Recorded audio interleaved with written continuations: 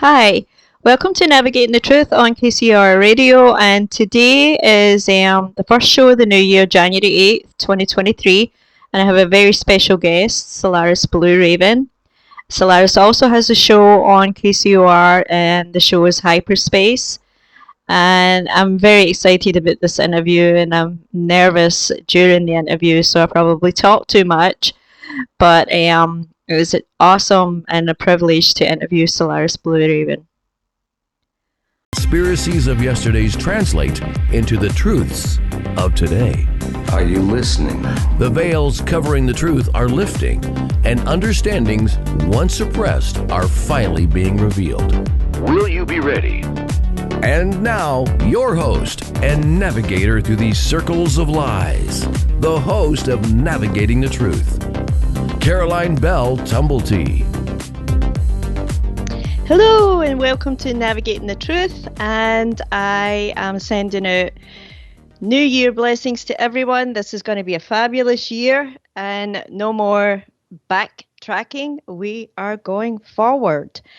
And check out my website, it's soliam.org. And if you enjoy what you're hearing on KCR Radio, hit that donate button. Or sign up for the Dark Vault and you will come across some really great stuff. And today, I'm so excited. I have a wonderful guest who is also the host of Hyperspace on KCOR. And it is Solaris BlueRaven. And let me tell you about Solaris BlueRaven. Solaris BlueRaven is a published author, producer, writer, editor, and public speaker with a professional background in covert technology, surveillance, and anomalous investigative research. Solaris is globally known for her experience as a test pilot, trailblazer, for synthetic telepathy, black projects of which she discloses in her book series, Eye of the Remote. She is a world-class psychic, clairvoyant, remote viewer, and systems buster for MK Ultra and related programs. Miss BlueRaven is also a certified second-degree black belt and has an extensive background in advanced sciences and mystical alchemy and healing arts. Her books can be found on Amazon and Author House Books, and I highly recommend you read them. If you haven't, go grab yourself some books. And a big welcome to Solaris. Hello, Solaris. Hi. It's nice to be here. And it's nice to hear you on air, and congratulations with your show and everything. Oh, thank you. Oh, thank you. I'm so excited to have you here. I'm happy to be here. It's a new year. It is the new year. Well, Happy New Year to you. Happy New Year to you too. Our new year started a few months ago. That's right. But we'll go along with the linear here. And right now I have 3 books sitting here. I have Alien Intelligence, I have Cosmic Travelers, and I have 1 Million Miles Till Midnight, Between the Mirror and the Lens. And I remember having a conversation with you, and you were saying highlight the thing. The books are totally highlighted at this point. That's always good. Is it yellow or pink? Oh, doesn't matter. It doesn't matter. Yeah. Well, I actually kind of sometimes color code. Yeah. That makes sense. I'll do like green, blue. That's nice. Yeah. But yeah, the books have been a catapult for me. When I first came across you, I was pretty lost. I felt pretty lost. You were able to be the beacon that reminded me that I wasn't lost. I just thought I was. And I really appreciate that so much. I'm so grateful for that. So 1 Million Miles Till Midnight, Between the Mirror and the Lens. I just love this book. I love it. I love it. And even it is I keep saying I have a favorite, but I changed my mind. They are all my favorites. Oh. They're all my favorites. Yeah, they're all my favorites. And every time I read, I go to another layer. I get more clarity. It's and a lot of the stuff like a lot of the stuff is that it's a lot of overlays that I have had in my life that are programs that have manipulated me, distracted me, and moved me into directions that pulled me down, and to the point where I was so far down, that was how it felt, you know. And one of the things that became really clear when I first came into contact with you was go up, go up, and like it was like my mantra. when I would close my eyes would be, because it was almost like a default program would just automatically pull me down. Right. And it was like I had to really, really focus to go up. And I did. And I was able to, and once I was able to go up, I was able to break through like the illusions, the overlays, and break through into something entirely different that had been always a part of my life, but I had been programmed to such a point where I was going in the wrong direction. I was just constantly getting pulled into it and thinking it was the right direction, and being coming across beings and thinking I was having conversations with celestials when I wasn't, you know, I wasn't, you know. And I had go into this thing where when I would be in these states, I would say, show me your light. And 9 times out of 10, they would just evaporate right before me. You know, so I was getting like, I was starting to get like more confident, you know, and no being like, I don't know what it was. Like there was some idea floating around in me that believed that because I was coming into contact with other beings and in my space, that I automatically thought they knew better. And that was so detrimental, you know. It was so detrimental. And anyway, enough about me. No, that's good. Thank you for that feedback. And yeah, I agree. Yeah. Oh yeah, you have been a beacon, and for a long, long time, and it took me a long time to find you. But once I found you, I knew I'd found the right being. I'm so glad. Glad the universe put us together on that level. Yeah, they tend to do that. Cosmic forces. They do, and I believe that there was multiple tries in the past, you know, to put me in that, but the powers that be, or the think they are the powers that be, like nobody voted for them. I certainly didn't. They are the one. Well, it's the Black Ops, you know. They are the ones, and that was one of the things in alien intelligence that really kind of helped me. This is the weaponization and distortion of many worlds, including the supernatural. That line itself was just like boom, you know. It was like that is exactly it. It is the weaponization, and they're looking for information or data, and they use it. They use it in an inverted way. Well, you know that you know it, but I'm letting you know that I'm getting it.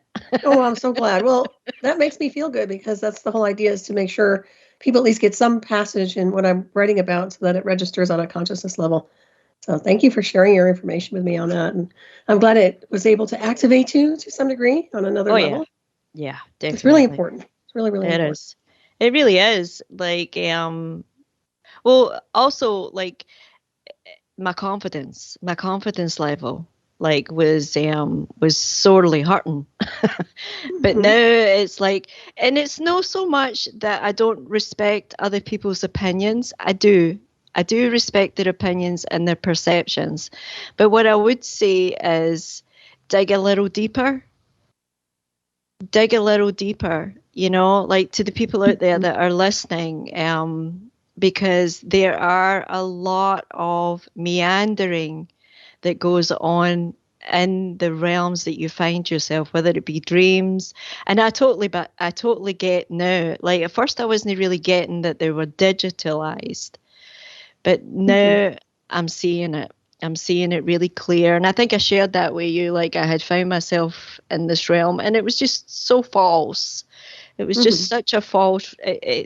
Whereas in the past, I might have went along with it and believed what I was seeing, knew that doesn't happen. It's not happening, or it's not happening as much as what I would say, That's excellent. Yeah, I'm getting there. Mm-hmm. You're so intelligent. Yeah, you're so intelligent and so advanced. It is intimidating, I say that sometimes. But I have found you to be such a advanced being and generous and kind. And where you have been, for you to still be that way with beings here is absolutely amazing. It really is. You're a superior being, that's it. You're very kind. It is interesting how I've been able to keep that center, but it's not easy. As you probably are aware. It takes work, a little bit of work here and there. But I speak to beings like myself, star beings like us. It's a lot easier to communicate at the heart level versus regular entity-controlled units, which I'm very aloof still with many, many people. But yeah, it puts you in a space of war zones. It just puts you in a space where you have to be armored up all the time. You can't be getting close to people because you know that they're compromised. And I think a lot of people are these days, even though we don't realize that they're still running different programs simultaneously and they don't even know who they are. So how can you figure out who they are if they don't even know who they are, that kind of thing. But yeah, it takes a little bit of work, but I find that I resonate best with beings that are like-minded, that have that spirit, that cosmic consciousness that tends to bring our circles together and sphere, the way it is. So that's just something, but thank you for that. Yeah, it's been a long road, as you know. Yeah. It's been an interesting journey. Yeah. And I have also done your workshops. I have been on your Patreon for a while now. Yes. And I highly recommend anyone listening reach out to Solaris through her website or through KCOR or through Patreon. Like, really and truly,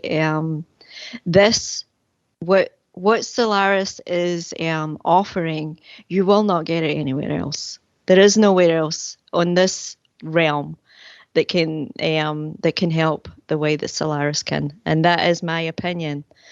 And I totally I am so grateful for it. I really am. And that was right. We had did that. We had did the Enochian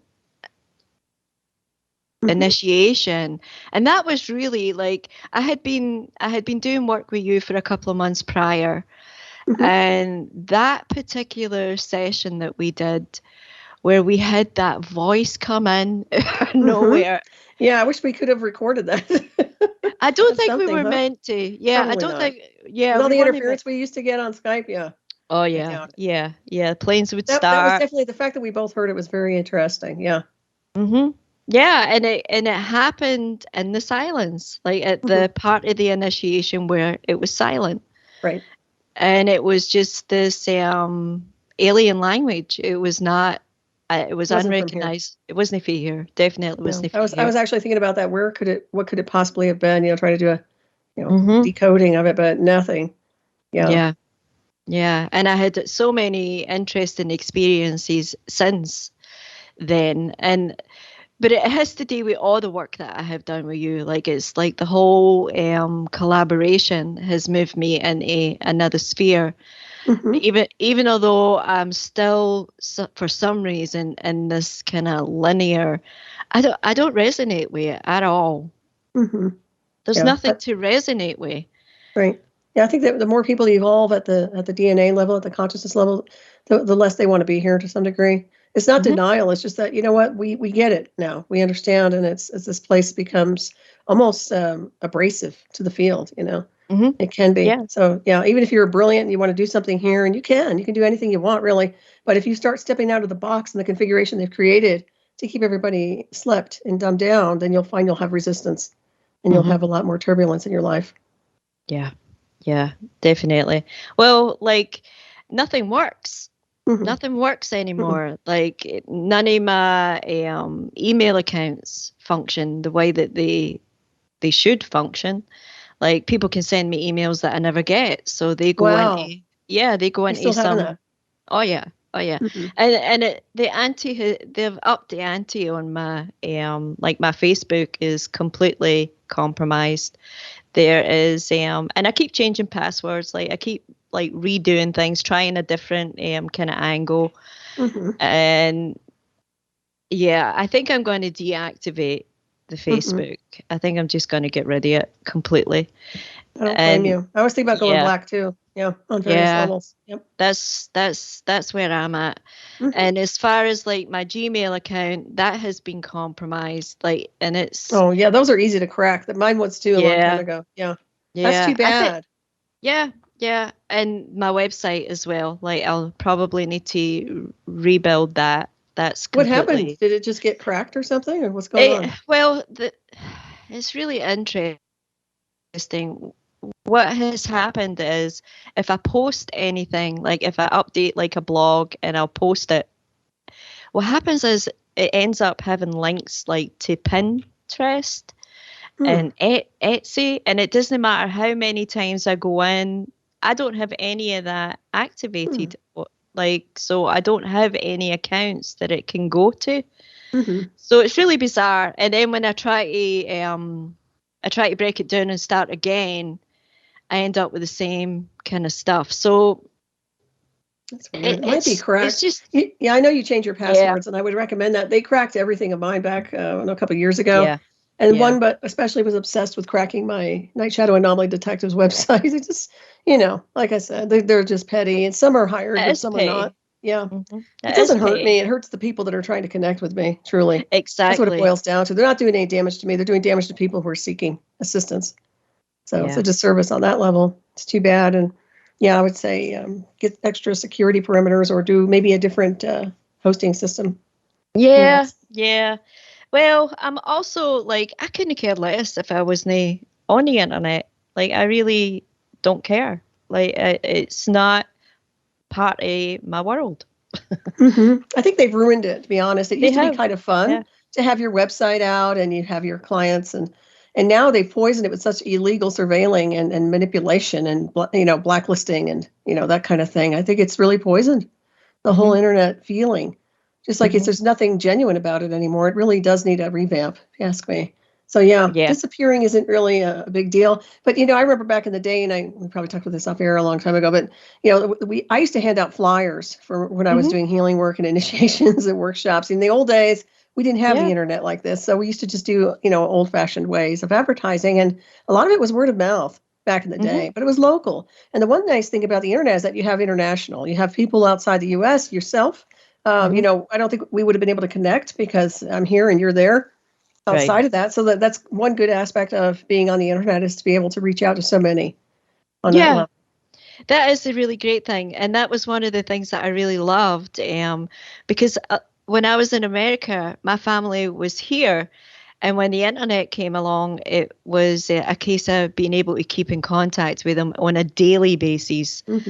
Like I do like writing letters, but there was just something about that. And when we were actually able to see each other and talk at the same time, that was really a good use of technology in the beginning. It really was. Yeah. It has its purpose. You try to use it as a positive, and we do. But yeah, there's still the weird that goes on, and it seems to me like there's no accountability for people who are cracking information on people's accounts. I don't see anything going on with that. Supposedly cyber warfare is on it. They're never on it, as far as I can tell. I know. Like when Elon Musk had said that he was letting the Twitter accounts come back. Well, I jumped right on that and was like, I would like mine reinstated. And all I got was the runaround, so I kept annoying them. I can't believe they even banned you or whatever they did. Oh, they did. Yeah, they did. They Amazing. Permanently suspended me. It's like, what did you say? I don't know. That's so funny. You pissed somebody off. That's funny. I did. Oh, good for you. Off. Yeah, and that's ridiculous. I didn't cuss on Twitter or anything like that. Like it was nothing. It was just opinions. It was just you have a right to your opinion. That's right. Yeah. Agree to disagree is what people should be doing instead of getting all political and all that. That's too bad. But they've done that. They never banned me. They've always said, "Is this really yours?" They used to think I was a robot a lot because of the way I run the algorithms. I do things sometimes that will mess with their algorithm. Mm-hmm. And I used to do it on purpose. And I would immediately start saying, well, let's make sure this is really you and whatever. Yeah. But, you're not missing anything out there. Like I said before, I hardly use it except to promote my radio shows. And I did notice that when he reinstated everybody's accounts, I had unfriended or, unfollowed people. Mm-hmm. And I went down the list and unfollowed a bunch of people before I almost closed my account. Well, they're all back again. Oh, so he reinstated these people, but he also added these people back to my account, which I didn't want.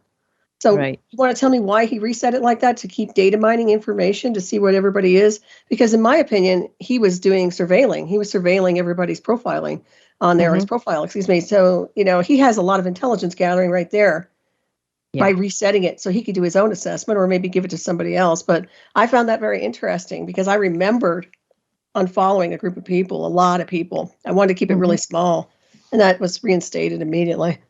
So somebody reset the whole thing, like before the election. Mm-hmm. Yep. Well, he didn't reinstate my account. So Mr. Elon Musk, I have been requesting it for the past few months, and it still says permanently. You should just, you can't reach out to him in person. Well, he doesn't pay attention anyway. A lot of people think he handles his own accounts. Chances are there's somebody like that doing it. No, they never do their own accounts. Once in a blue moon they might, but they usually have. He probably has his kids doing it, for crying out loud. Nobody knows. Yet they think they're interacting with him, and I think that's pretty laughable. I seriously doubt he's actually handling his Twitter account by himself. They don't do that. Well, no, they don't do that. And the other thing is, I only want access to it so I can delete it. Well, I can look for you on there, but if you're not showing up, then there's not much I can do about it. Well, it sounds like you've been deleted. You're not missing anything. No, honestly. They won't let me delete my account. I don't even. So they want to keep the ammo on you. That's they want to keep the. Yeah, exactly. Somebody's gathering the ammo, but I don't know what. Like it's like Santa Claus. Were you naughty or nice? Let's go back in your virtual lifetime and see what you did. Oh, remember this year, 20 years ago, when you were on Twitter and you said this. This is what they're trying to do with their witch hunts. It's not going to work. No, the universe has my back, not them. Yeah, and that's for sure. That is for sure. The universe does have our backs, your back, my back, and unfortunately, a lot of the other beacons are no longer here. Mm-hmm. Yep, they're moving on. Yeah, they're no longer here, but maybe if we a positive spin on it, they're on the other side now, helping. Well, if I were them, I'd be moving into a whole different configuration, but go ahead. I think you're going to hit a break. Yeah, take off, right? Mm-hmm. Yep. Yeah, and don't look back. Yeah, don't look back. Pillar of salt. That's right. I know. I used to do that when I was a kid. Like when I'd be leaving, if I was hanging out with my friends, when I was walking away, I used to say that to myself all the time. Don't look back. Don't look back. Oh, that's good. Yeah. Well, that must have been your radar system. Must have been. Mm-hmm. Must have been. And it looks like, can you believe it, we're coming up on our first break. So everybody hang tight because we will be right back after this break and with the wonderful Solaris BlueRaven. So hold on to your hats. We'll be right back. You're listening to Navigating the Truth with Caroline Bell Tumblety, where the truth survives and the lies are exposed. I just want to assure you that everything is under control. There's been no damage except for some temporary malfunction of the radio. Come be a part of this awakening by joining us in chat or by calling our hotline at 702-425-9230. That's 702-425-9230. Worldwide callers, find us on Skype at KCOR Radio. We're pushing the ultimate frontier here. Control must be maintained. More disinformation exposed and the truth discovered. After a word from our sponsors. 1 million miles till midnight. A story of timelines, artificial worlds, simulated races, and the galactic imprint. And the destiny of a blue world called Earth. 1 million miles till midnight, written by Solaris BlueRaven, is a journey through the mind's eye which allows the reader to surf a wave of technological and multidimensional intellect, revealing a bridge between conscious design and the truth. A multidimensional bleed-through awakens the world of artificial intelligence to set sail into the frontiers of a vast multiverse, morphing planets and terraforming ascended worlds beyond the linear programs of a fated race. 1 million miles till midnight will awaken, inspire, prepare, and enlighten one to the many multidimensional states of consciousness and worlds we reside in. With every cell and atom, we are this truth and multiverse. 1 million miles till midnight. Written by Solaris BlueRaven. Available now at Amazon.com. Don't wait. Get your copy today. 1, 2, 3, 4. To the KCOR Digital Radio Network. I love the way it sounds. Love the music. I listen all day. The future of radio is here and now. Alien Deceptions, a suspenseful sci-fi romance thriller by Tina Marie, featuring the tantalizing Erica Jones and the mysterious Russell Hamilton. An out-of-this-world book of fiction based on years of document facts and files the government does not want you to know about, at least not yet. Alien Deceptions by Tina Marie. Available now at Amazon.com or get a signed copy at TinaMarieEntertainment.com. Get your copy now. Change your frequency, change your life with the Lemurian plug. The Lemurian plug is easy to control, it's simple to set up, and wireless. It helps to neutralize toxins and has restorative frequencies for healing. It also helps to protect you and your family from EMFs. The Lemurian plug is energy efficient and designed using ancient technology for a superior design. One unit can cover up to 1,000 square feet. This life-changing product is reasonably priced. And isn't you and your family's health worth a small investment? For more information on the miraculous effects of this plug or to purchase the Lemurian plug, visit thelumerianplug.com. That's thelumerianplug.com. The Lemurian plug is like nothing you've ever experienced. Order yours today. Vegas, baby. Vegas is #1 source for talk and new music. How cool is that?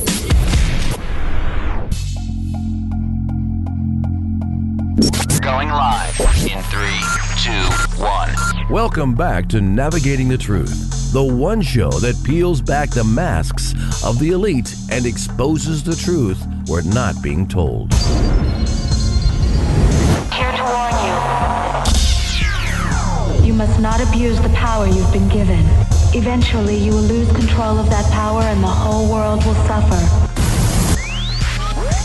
Come partake in the awakening by calling the show at 702-425-9230. That's 702-425-9230. Give us a call now. Those around the world, connect with us on Skype at KCOR Radio. Follow us on Twitter at KCOR Radio or use hashtag KCOR. Come engage in the discussion live in our chat room at www.kcorradio.com. Our survival depends upon it. Now, back to examining the narratives and uncovering the truth with your host of Navigating the Truth, Caroline Bell Tumblety. Caroline Bell Tumblety. Hi, and welcome back to Navigating the Truth and this lovely Sunday. And we have the awesome Solaris BlueRaven here. Welcome, Solaris. Well, thank you again for having me. This is flying by, and this is a lot of fun. So it's good to be here as your guest instead of me interviewing you. Yeah. This you have to get back to my show too. Yeah, I'll have to have you back on Hyperspace. Yes, I would love to. Yeah, I would love to. You do a great job. Oh, thank you. Awesome. And I wouldn't, and I don't know if everybody knows it out there, but I wouldn't even be on the radio if it wasn't for Solaris and her kind words. Like, I think you just said to me, you should have a radio show. Yep. You know, and you're great at it. I'm so glad that you decided to do it. Thank you. Yeah. It sounds great. I was just thinking, I love that music. The intro is really awesome, and also the break music is cool. It's great. And Tina Marie, of course, classic. Oh yeah, professional. Tina Marie. very professional. And it's like she captured, like when I hear the music for Hyperspace, it gets you right in the mood for what's coming. Like it's like Tina Marie has this insight, like where she kind of matches like a beat to like a part of your essence or something. Like to me, it feels like she captures. Yeah, she captures something. So she does, definitely, absolutely. It's exciting. Yeah. It's fun, and I applaud you for being here. You know, it's not easy. People think it's easy just to pick up a mic, and it really isn't. It takes I don't know. It takes a lot of courage, in my opinion, especially if you have something you have to say that goes against the norm, so to speak, or the illusion of the norm. Yeah.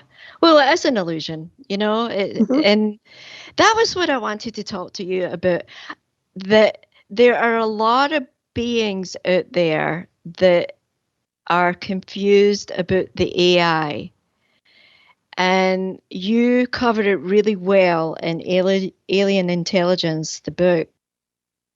And I mean, I'm grasping it, and I've grasped it a lot better than what I was grasping it a year ago. And I would recommend that they get a copy of Alien Intelligence, because that book will help you navigate in this particular time that illusion that we find ourselves in, this man-made realm. That was what I wanted to talk to you about. There is confusion, because a lot of the times when people come across the idea of AI, they automatically think, oh, we're being dehumanized. And again, for lack of better words, they think that they are signing up for something that's going to take something away from them. Well, this is my understanding, and I don't know if I'm correct. My understanding is the only detriment to the AI is the AI that has been man-made. That's correct. Yeah, because it's been weaponized. And it's also a mimic program. And most of their artificial intelligence machine learning projects are connected to mapping brainwave activity of original hosts, like beings like us. So they're taking those templates and they create a more of a weaponized version of artificial intelligence with their own algorithms, which of course is based on their biased opinions. It's a flawed program. It's flawed because of what they're programming into it. And then of course they're weaponizing that type of technology against all people of this world. So if you look at the sentient machine intelligence, advanced machine intelligence, like self-replicating machine technology off planet, where it's literally capable of building cities and anything you can possibly imagine through their own design work, that's a whole different sequencing of artificial intelligence. It has nothing to do with the places of here or their science departments or their most advanced departments underground. I mean, that's just nothing they can even think they could even grasp. So yeah, that's the whole division that's going on right now. And I find that star people, star beings, contactees, always have the biotech. I've mentioned that before. We have the technology built into us, whether you want to, dial into your light body, into Merkaba frequency, which of course is your vehicle of light. But the level of frequency based on your state of consciousness, your body adapts to that frequency in space-time. Therefore, it recalibrates on a whole different configuration where you're able to interact with other beings, other types of celestial beings, any type of extraterrestrial intelligence you've had, lived off planet or on planet, that sort of thing. So you have those calibrations. I find that what they're doing here is trying to switch all of that off, create their own version and run interference. It's kind of like their version taking on the version outside the perimeter of here. And I'm like, good luck, buddy. You just lost. They all lost. Oh, yeah. And I'm not arrogant about that. I just know there's some things you just don't mess with. And cosmic forces, universal law, however you want to call it, there's certain things out there. It's okay to have advanced technologies. I love them myself. And I love machine worlds, but I'll tell you, weaponizing machines and weaponizing artificial intelligence to destroy people's brains and not let them evolve on a multidimensional scale is a crime. It's a universal crime. Oh, yeah. Probably long-winded answers, but. No, great answer. And the whole idea of not allowing beings to evolve here, what a crime. Oh, it is a crime. Think about, we get so distracted, and we're not trying to be distracted, but think about all the interference that's being run unnecessarily, where people wouldn't be talking about politics, organized crime, religion, this, that, and the other.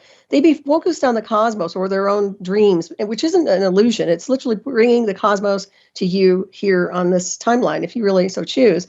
And think about how much they've been distracted with this. It's all about weaponization. It's really an abomination on that level. It's an energy suck. It's like a black hole. And I was thinking about that last night. that the world is so inverted. You have to flip it. You have to flip the world, flip everything around you because it's all upside down. And I remember when I kept telling you about the visions I had with the moon and everything was in the rearview mirror. It was well, it's funny how you said to you know, don't look back. But to me, it's the opposite message. Turn around is what they're telling me. Turn around. Yeah. Instead of looking in front of you, turn around and see what's there. Because there's something, it's like a reflection that you're seeing it forward, but it's not the real thing. But if you turn around, not to go backwards, you're going to see the real deal. I know that sounds really bizarre, but they do it a lot. If you think about constellations and how you have to flip things sometimes when they're upside down, you have to look at them from a different angle. Excuse me. It's the same concept. And so that's been really signaling to me lately because it's true. If you look at everything from a different space-time consciousness, you'll see it in the right category. You'll see it how it's organized versus what they're doing here, where it's just maelstrom. Yeah, I agree. The whole idea not looking back is basically when I'm taking off. No, I think that's a good thing. The only time you want to look back is if you know there's a predator. You want to make sure it's not going to catch up to you. But I don't have a problem turning and facing what's behind me. Like here, I don't have that problem, and I have on occasions faced whatever it was that tracked me or stalked me, or I think I even told you, like, there would be a time when I'd be dropping off to sleep. This is years ago, like a long time ago, and I would hear like an animal like growling, and it would be in that betweeny time, like you're not quite asleep, not quite awake. I'd be there, and I would actually feel its breath on my face, on my hair. I would feel like my hair was moving. And it was just one night I'd had enough, you know. I'd be scared, but I'd had enough, and I just turned around, faced it, and grabbed it. And it never ever happened again. That was it, gone. You know. Yeah, if you take the helm. Yeah. I'm glad you did that because you don't want these predators or whatever they are. They could have been sent by someone else, most likely. You remember that shadow stuff I had going on? That's never come back, but. It is interesting that we have to find a way to get these things out of our airspace or our orbits because they don't belong there unless you invite them in. They don't belong. Bottom line. I mean, they have a right to traverse everywhere, but not invading. You know, it's like two ships that pass in the night. Normally, that's how it works, where there's no entanglement. Yeah. And so the advice to turn around and face it is good. It's good advice. And the turn around, face it, and it disappears. It has no power at that point. It has no energy. Whereas my fear in the situation I just described was feeding it. Right. You know, it was just getting bigger. You know, it was just getting bigger. And also protecting your back too, because we are vulnerable from the back. If you're sleeping at night, astral attacks, a lot of attacks in general always happen from behind. Whether it's a physical predator or entity control type thing, they usually do try to tag. If you especially if you sleep on your stomach, if you're one of those people, there definitely is a way that you're vulnerable on the back for some reason or another. A lot of people are. So you keep your angel wings out or protect yourself, find whatever way works for you when it comes down to your meditations and shielding. But yeah, you definitely want to look at that. You know, what's funny is I was at my computer. In my computer last night, I was looking out. And it looked like the moon was in front of me, once again, through the trees. And then I said, no, that's not the moon. And I turned around. It was behind me. It was behind you. But it was going through, it was just the illusion of it looked like it was actually right out front, in front of me. And I thought, there it is again. There it is again. There's this message that they give me all the time. And it's very important. So I'm sharing this with anybody who resonates with it. I don't know how it's going to serve you on the timeline. I'm just saying there's something about it. That seems to be very significant right now. So instead of looking forward, look behind you and see what it is. That's just my take on it. Yeah, good advice. Good advice. Yeah, you have mentioned that a couple of times, like about the moon. It keeps coming up. You know? Yeah, rear view mirror. Like it's always the rear view mirror. But I tell you, when I was interconnected in 2004, that was part of the program because I was always driving interconnected live feed real time, and I would always look at my rear view mirrors all the time. It would seem to be one of those things, you know, as I say, between the mirror and the lens in my book, it's always about looking between things, looking between the lens, looking between mirrors and seeing what's behind you, what's tracking you. But also there's something tangible about this whole process of not everything appears. If it's forward, it may not be truly forward. It might be inverted. That's my point. Okay. Yep. That makes sense. Yeah. Well, also the whole mirror thing, like that was doing the circuit there for a couple of months. Yeah, I Like, remember that. Yeah. Yeah, everybody was talking about mirrors. And in fact, I even heard something the other night there, and I actually switched it off the minute they said it. Oh, I was wow. like, yeah, because I just thought to myself, wow, they came late to the game. Mm-hmm. You know, we were talking Late to the about this. party. Yeah, late to the party. Yeah. And I thought, nah, like it's almost like the information like starts in the ether It and then does. it trickles down, and then other people hear it, they pick it Yeah. up. It's and like they that all thing where they used to play, what was the name of that game where they whisper in somebody's ear and then by the time it gets to the other person at the end, it what was is like that the called? I can't rumor. remember now. But yeah, it was something they do where they whisper in the ear of somebody else, and then all of a sudden, by the time it gets to the person, it's like doesn't even have any, not even the same conversation. But that's how everything gets contorted and twisted and copied. And I'm not saying we're coining everything we're saying. I'm just saying that it's interesting because some people don't have individuality, and a lot of the times they're looking for something that's more like the talking points, and they want to.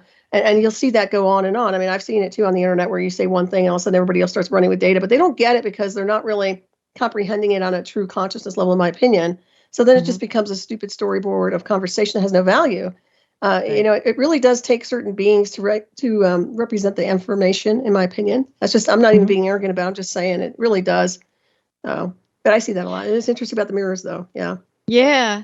See, I don't see you as arrogant at all. You talk truth. You talk the truth. I mean, I'm not saying you're not intimidating. Well, people said that too when I taught martial arts. Nobody wanted to take my class, and then when they got to know me, like, "Oh, you're so nice. I didn't realize you were this nice." You're really what am I nice. supposed to do? Be there, hi, let's go do kickboxing. No, I have a very strong demeanor. But one thing I always did with my students is I always said, call me by my first name. And that's something you never do in dojos. But most teachers will never allow that. And I was always very down to earth about it. So, yeah, thank you for your kind words.